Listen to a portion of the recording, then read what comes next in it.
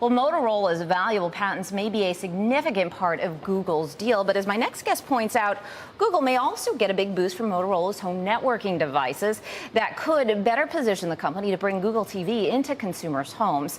Max Wolff is a senior analyst at GreenCrest Capital Management, where he covers social media and the Web 2.0 space. Welcome, Max. Thanks for joining us here on Fast Forward. I got to ask you, $12.5 billion deal for Google, their biggest ever, 63% premium to where Motorola Mobility closed on Friday.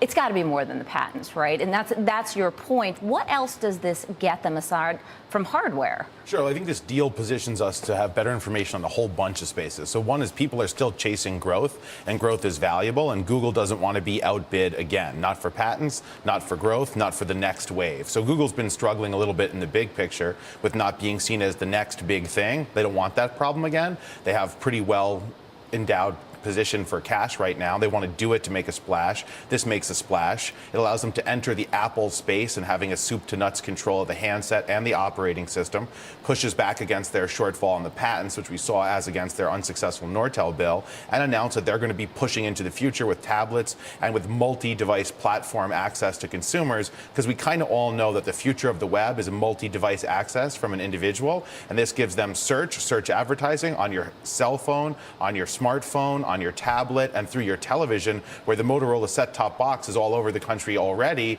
and it allows a nice universe to challenge Apple right out of the gate and hope to chase the kind of profit margins we're used to seeing out of Apple and seeing everybody else in the space envy. So how do you value a company now like Google? I mean, some people, I was talking to an analyst this morning saying that it's still being valued like it's an old media company. So it's part new media, it's part hardware. I mean, how do you actually look at this company and say this is the right price at this point? I think the pessimists look at Google and they say this is 85% of the past of what's hot in the internet and a small piece of what's hot in the future. We look at Google and we see it as hot in the past, hot in the present, and very well positioned for the future.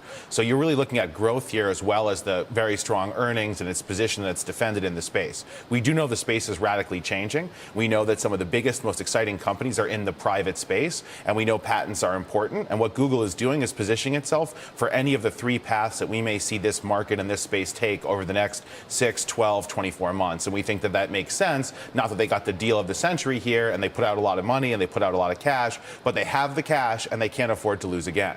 Where do you think the stock should be trading right now? So far, investors not particularly, not a lot of conviction out there in the trading, but the stock is down about 2% on the day. Yeah, well, Google's going to get beat up until people decide that they got a good deal on it. The long picture, the existential picture, is how is this space going to migrate, and will Google be catching up and also running, or helping to define the future evolution of Web 2.0, the social components, the mobile component? It looks to me like this was a very good decision, which realigns the whole space. So the wisdom of this will have to do with what Microsoft does going forward, how the HTC and Samsung group responds to this, and also what it means about the relationship between Microsoft and Nokia. But it does move all the pieces, which means they're beginning to set the tune to which all the players were dancing, instead of trying to dance to someone else's tune, which had kind of been the nature of the beast for them for the last 6 to 18 months. All right. Well, despite what the stock price is doing, Max, I think the consensus so far from the analysts I've spoken to suggests that this was a great move on their part.